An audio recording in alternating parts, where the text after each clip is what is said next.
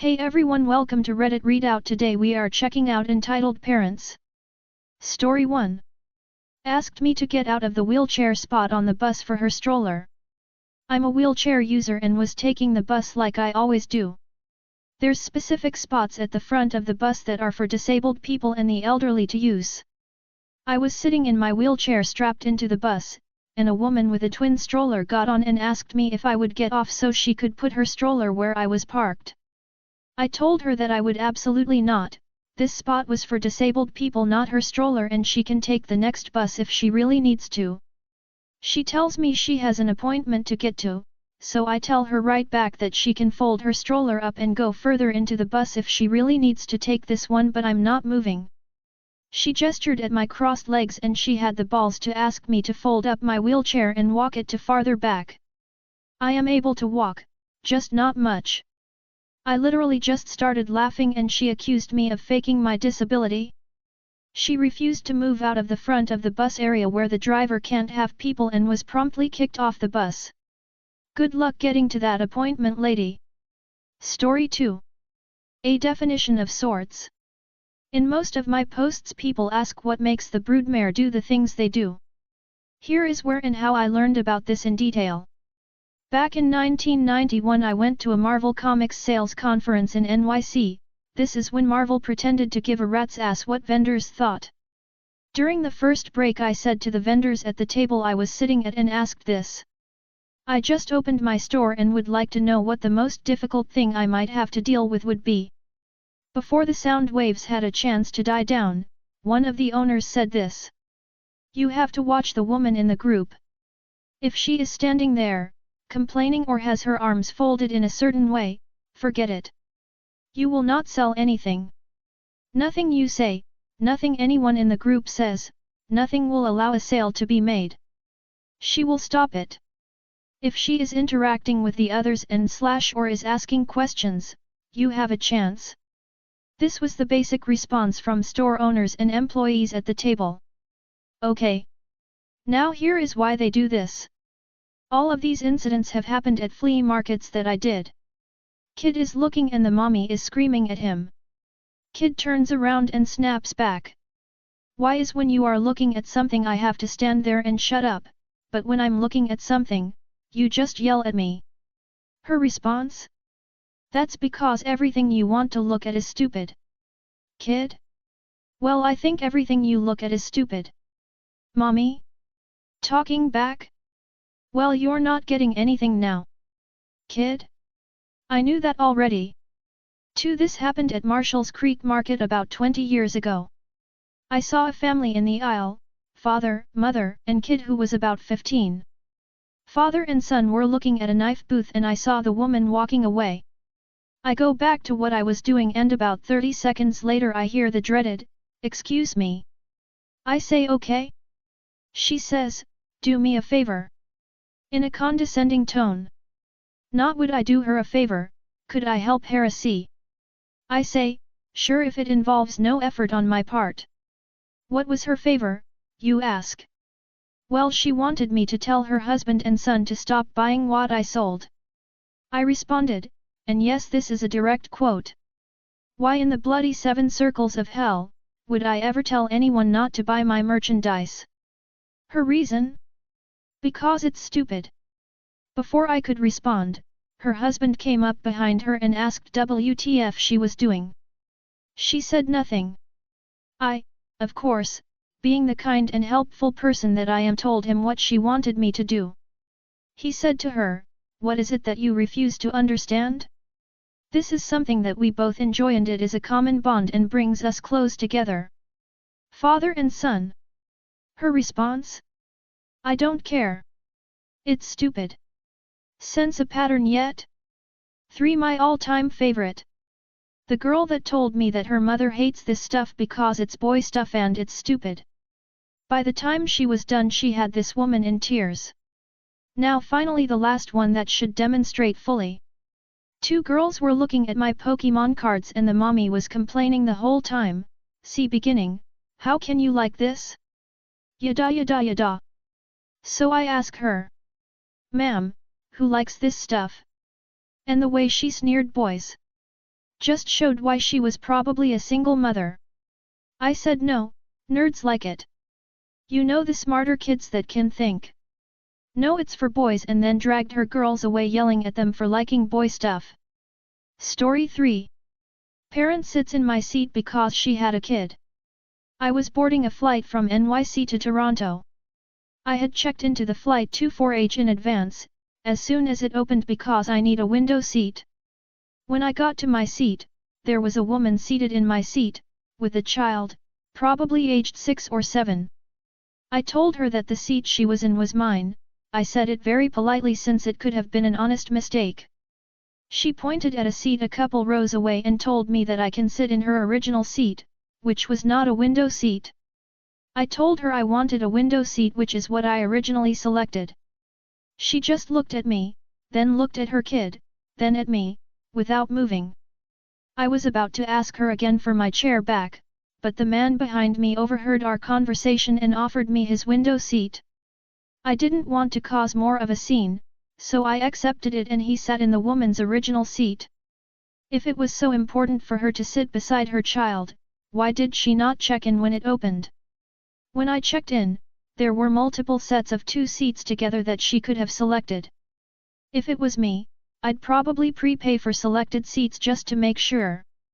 On top of that, she didn't even ask me if we could switch, she just assumed I would be okay with it. A part of me wishes I demanded my seat back. Story 4. EPS from History. Joe Jackson. If ever there were a Lifetime Achievement Award for EPS from history, it would be the patriarch of the Jackson family. Forcing his children to rehearse like madmen. Like he would work his boys to the fucking bone. It's one thing to make your child work at their craft, but at the expense of your childhood? Yeesh. No wonder Michael went nuts with building a theme park in his backyard. He was trying to get the childhood back from this monster of a dad. He hit his kids. Jesus fucking Christ, even the most errant of EPS know good and damn well you don't smack your kids around like Mr. Boppo. He would make fun of his kids and not in a fun way either. He used to belittle Michael about his appearance, especially his nose. No wonder Michael was so obsessed with rhinoplasty. You make fun of a kid about something that really gets to them, they're gonna act like they aren't good enough. Calling your kid big nose in a nasty way makes a kid think something is wrong with them. Fucker wouldn't admit he was wrong. He said during a CNN interview with Piers Morgan that many parents were too soft on their kids. Says the guy who beat his kids like a pervert beats his meat. Just his presence made his kids physically ill. According to Michael during a 1992 interview with Oprah, when he'd come to see Michael, he'd get sick. When your own child would rather spray the toilet bowl with puke, Jackson Pollock style than see your ass, you know you're more evil than the headmaster from Matilda. And yet, this asshole of Herculean proportions got into the Rhythm and Blues Hall of Fame even though he beat his kids more than Ike beat Tina. Story 5. Ida for not telling my father and stepmother about my son's birth. My 26F father, 59M, has been dating Paula, 38F, for 4 years. I never got to know her well, as I was about to move out when we met. My sister, 20F, still lives between our parents and likes Paula, but finds her annoying. Paula has an odd attitude towards pregnancy. It became the most obvious when my cousin announced she was expecting back in 2021. Her daughter would be the first great-grandchild. We hadn't been sure my grandma would be around for that. And after an emotional announcement in which everyone was overjoyed, Paula commented that she felt it wasn't a big deal, and didn't get what all the fuss was about. She kept that stance for all 9 months. But once the baby was born, Paula suddenly became a bit too interested in her, which my cousin was clearly uncomfortable with. My husband, 28M, and I announced our pregnancy earlier this year. At first, my father was over the moon. Since this is his first grandchild, I believed that would last. But as I heard from my sister, Paula was just as condescending as we expected, if not more. Whenever I announced anything about my pregnancy or baby, sex, first kicks, ultrasound pictures, etc., Paula always reacted with one of three phrases: "Okay, that's not that big a deal," or "Is that all she talks about these days?" I didn't care about it at first. But after a few weeks, I started to notice my father was also losing any interest he had in my pregnancy. As the months went by, he became increasingly detached and standoffish. He started to either ignore or not pay attention to most of the updates I made on my baby. He also didn't come to our name reveal, we did that instead of a gender reveal. It was literally just a lunch party with a game we made up, or the baby shower because, and I quote, "Paula doesn't think it's worth it."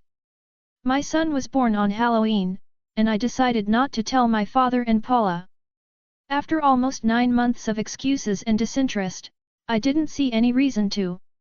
I was in the hospital for 4 days, during which only mine and my husband's closest friends and family visited us. The day before we left, I posted a picture of my son on Instagram, and that's when my father found out. He called to ask why I hadn't told him and Paula or invited them to meet my baby.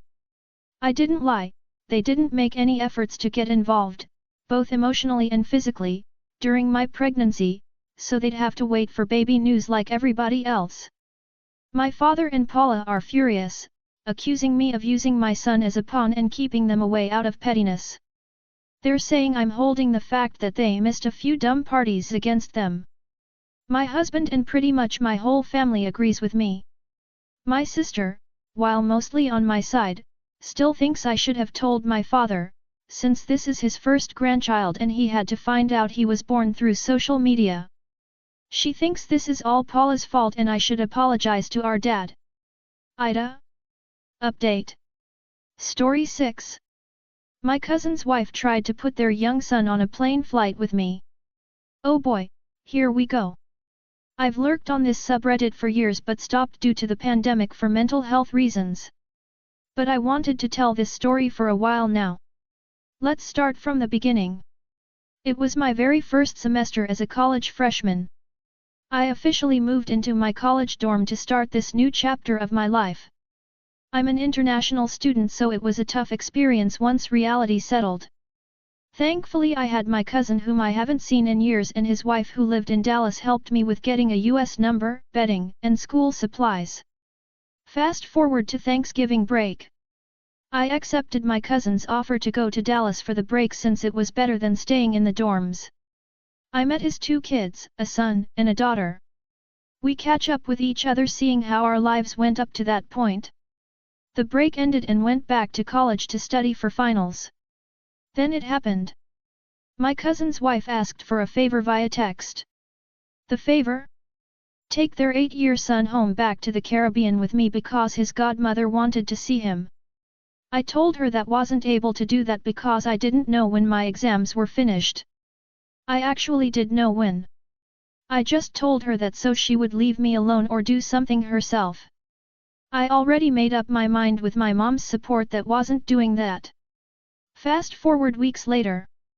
I was chilling in the airport minding my own business when my good cousin called me. He asked if I was doing something for his wife. I told no and explained myself. He thanked me and I thought that was the end of it. But no. I saw her with their son holding a suitcase and a carry-on when I was walking to my gate. My cousin was nowhere to be seen. I asked her what she was doing. She gave some sob story of how his godmother wanted to see him and told him that he'll be good as he was hugging my leg. I was shocked. I felt my heart race. The groups were being called and I had to make a decision. Note, I just turned 18 at the time. I barely knew this child. I like to have everything in order and pre-plan to avoid confusion and this would complicate everything. Furthermore, immigration would be on my case. Finally, I don't know who his godmother is or how she looks. I told her no, stating that if she wanted to do this they could have planned a family trip together and not dump their kid on me. She said that she already bought the ticket and I might as well take him. I told her no again and went on my flight. My family was proud of me for standing my ground as they didn't like her either. Turn out that sometime after or during the pandemic, my cousin and his wife got divorced. Understandable. His now ex-wife went behind his back trying to get his son on an international flight when they could have planned a family trip together. Thanks for reading. That's all for today. Please don't forget to like and subscribe.